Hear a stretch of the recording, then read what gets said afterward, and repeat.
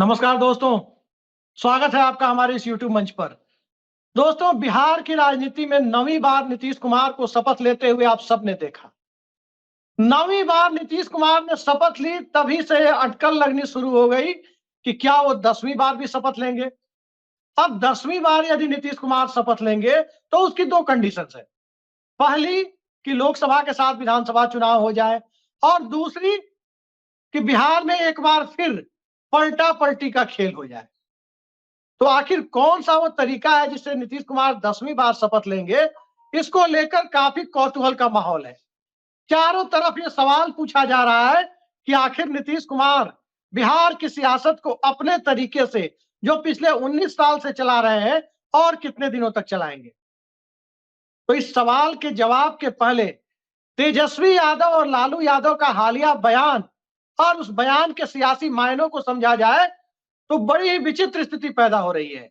एक स्थिति यह है कि नीतीश कुमार, जिन्होंने राष्ट्रीय जनता दल का साथ छोड़ा 2017 में भी और 2024 में भी, आखिर अब भी दरवाजा क्यों खुला हुआ है? आखिर अब भी लालू यादव क्यों कह रहे हैं कि दरवाजा हमेशा खुला रहता है, बंद नहीं होता? आखिर अब भी तेजस्वी यादव क्यों कह रहे हैं कि नीतीश जी को साथ लेकर चलेंगे? थका हुआ मुख्यमंत्री भी वो बता रहे हैं, लेकिन साथ लेकर भी चलेंगे।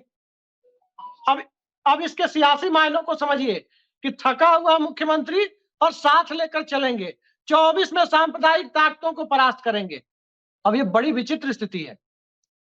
एक तरफ थका हुआ मुख्यमंत्री, दूसरी तरफ साथ लेकर चलेंगे, 24 में सांप्रदायिक ताकतों को परास्त करेंगे, और नीतीश कुमार उसी कथित सांप्रदायिक ताकत के साथ खड़े हैं जिसे परास्त करने की बात तेजस्वी यादव कर रहे हैं। आखिर हुआ क्या 24 जनवरी से लेकर 28 जनवरी के इन 4 दिनों में? जी, अचानक से बिहार की सत्ता पलट गई, मुख्यमंत्री अपनी जगह पर बने रहे, भारतीय जनता पार्टी पलट गई, और जो पलटी राष्ट्रीय जनता दल ने 2022 में मारी थी, वो पलटी भारतीय जनता पार्टी ने 2024 में मारी। नीतीश कुमार कुर्सी पर बने रहे। हालांकि इस पलटा पलटी के खेल के सबसे बड़े राजनीतिक खिलाड़ी के तौर पर सत्ता उनकी अक्षुण्ण बनी रहे, इसी वजह से पलटा पलटी का खेल कभी राजद तो कभी जेडीयू खेल रही है, कभी आरजेडी भी खेल रही है। जिन लोगों को मंत्री पद मिला हुआ था राष्ट्रीय जनता दल की सरकार में और राजद जदयू की साझा सरकार में, कहें तो उस सरकार में जो मंत्री पद मिला हुआ था, उनके बंगलों पर जरा जाकर देखा जाए तो बस कागज से कहीं पूर्व लिख दिया गया है, पूर्व मंत्री, लेकिन बोर्ड हटाया नहीं गया है, नेम प्लेट से मंत्री हटाया नहीं गया है, तो कागज से अस्थायी तौर पर ही चिपकाया जाता है। अब ये कागज कितने दिनों के लिए चिपकाया गया, कब किस दिन इस कागज को नोच कर फेंक दिया जाएगा, ये कहना बड़ा मुश्किल है। और उस दौर में ये कहना बड़ा मुश्किल है जिस दौर में बिहार के मुख्यमंत्री नीतीश कुमार का खुद का ठिकाना नहीं है कि वो कब किस दिन किस गठबंधन के साथ रहेंगे। 2 संजय राज्यसभा में चले गए, एक संजय जो राष्ट्रीय जनता दल में है, संजय यादव, और बताया जाता है कि नीतीश कुमार उनसे बहुत नाराज रहते हैं। उनका मानना है, उनके लोगों का मानना है कि राजद वाले मंत्रालयों में, यानी जो मंत्रालय राष्ट्रीय जनता दल को दिए गए थे, उन सभी मंत्रालयों में संजय यादव की दखलंदाजी थी। कथित तौर पर कुछ लेन देन की बातें भी आती है। अब वो राज्यसभा चले गए। दूसरी तरफ नीतीश कुमार के पास भी संजय है, वो संजय जो पहले राजीव प्रताप रूडी के पीए थे, फिर बीजेपी में गए, और फिर बीजेपी की सहमति से अरुण जेटली के बेहद करीब के माने जाने वाले संजय झा अब जेडीयू के हैं, बिहार सरकार में मंत्री भी रहे। और वो संजय झा जिनके ऊपर एक आरोप लगता है कि वही दोबारा भारतीय जनता पार्टी के पास लेकर गए हैं नीतीश कुमार को, अब वो भी राज्यसभा जा रहे हैं। यानी बिहार की राजनीति में दोनों तरफ के संजय की अब कैबिनेट के मामलों में दखल बहुत कम होगी। राजद वाले संजय स्वाभाविक है कि राज्यसभा में है, चाहे राजद सत्ता में रहे ना रहे। जो अब की परिस्थिति है, आज की परिस्थिति है, उसमें वो सत्ता में नहीं है। बीजेपी वाले चाहते हैं कि जो संजय नीतीश कुमार के साथ है, वो लेकर आए हैं, वो संजय जमे रहे, वो संजय नीतीश कुमार के सलाहकार मंडली में ऊपर बने रहे। लेकिन कब तक बने रहेंगे? दरअसल नीतीश कुमार वो नीतीश कुमार है जिनके बारे में कहा जाता है कि गृह विभाग और सूचना जनसंपर्क विभाग कभी छोड़ते नहीं। उनको भी ये पता है कि इस पलटा पलटी के खेल में अब तक उनकी इमेज में जो हल्का सा डेंट लगा था, इस बार बहुत ज्यादा लगा है। और जब दोनों संजय दिल्ली भेज दिए गए, पटना में कोई संजय नहीं रहेंगे, तो क्या किसी नए सियासी खेल की तरफ इशारा हो रहा है?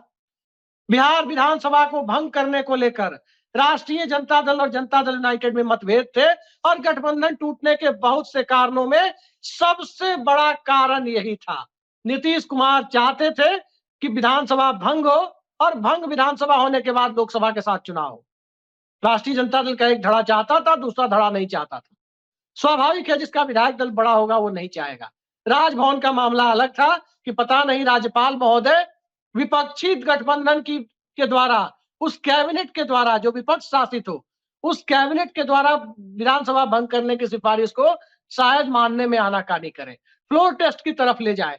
और जब फ्लोर टेस्ट की तरफ ले जाएंगे तो विधायकों में भगदड़ मचेगी, और विधायकों में भगदड़ मचेगी तो क्या राजद, क्या जदयू, क्या भाजपा 21 महीने पहले कोई भंग करने नहीं जाएगा। सबके विधायक दल में टूट होती और नीतीश कुमार की सरकार गिर सकती थी।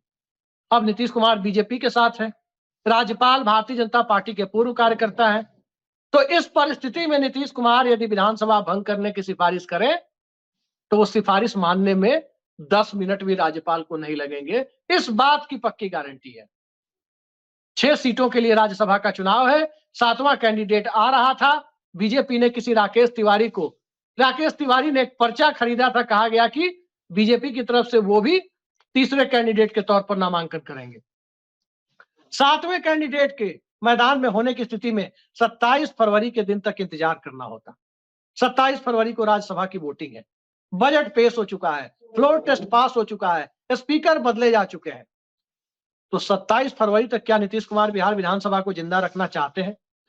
बहुमत बेहद साधारण है, 129 विधायक हैं सत्ता के समर्थन में, और वो 129 तब है जब तमाम तरह की प्रशासनिक कोशिशें हुई। किसी विधायक को गोरखपुर से, किसी को झारखंड बॉर्डर से, किसी को झारखंड से, किसी को तेजस्वी आवास से पुलिस के द्वारा पकड़ पकड़ कर लाया गया। ये हालात बने हुए थे। तो बहुमत का आंकड़ा कोई 2/3 वाला नहीं है। महागठबंधन यानी इंडिया गठबंधन वाला बहुमत नीतीश कुमार के पास नहीं है, बेहद साधारण बहुमत है। और हर बीतता दिन और हर आने वाला दिन सरकार के लिए एक फ्लोर टेस्ट ही है। कब सरकार चली जाए कोई गारंटी नहीं है। लिहाजा जब फ्लोर टेस्ट पारित हो चुका है, बजट पेश हो चुका है, बजट में लेखानुदान संभवतः अगले 2-4 दिनों में पारित भी हो जाए, या 3 महीने के खर्च के लायक बजट पारित हो जाए, या हो सकता है कि 1 मार्च तक जो बजट सत्र है उस दिन तक ही बजट को पास करा लिया जाए। बिहार विधानसभा का कार्यकाल इस बार पूरा होने की संभावना बेहद कम है कि बिहार की विधानसभा नवंबर 2025 तक जाएगी। एक खतरा प्रशांत किशोर का है। प्रशांत किशोर अति पिछड़ों को भी लुभा रहे हैं, तो प्रशांत किशोर भाजपा के सवर्ण जनाधार में भी सेंधमारी कर रहे हैं।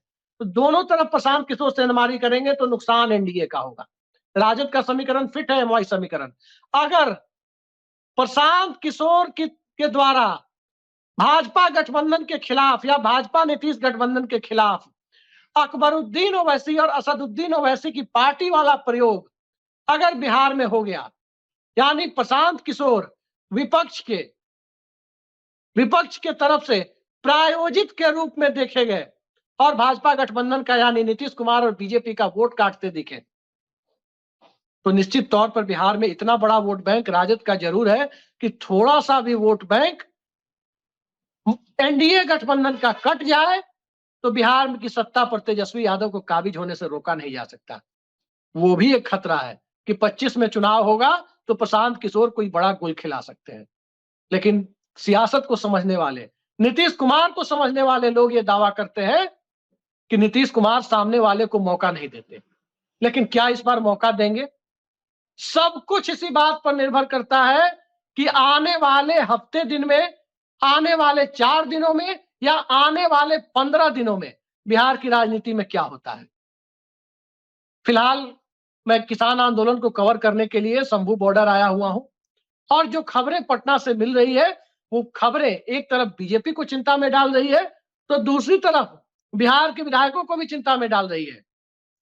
सबसे बड़ा खतरा जो बीजेपी को नजर आ रहा है, अगर बीजेपी के पॉइंट ऑफ व्यू से देखें तो नीतीश कुमार विधानसभा भंग कर सकते हैं, बीजेपी सहमत भी हो सकती है और वो विधानसभा भंग कर देते हैं।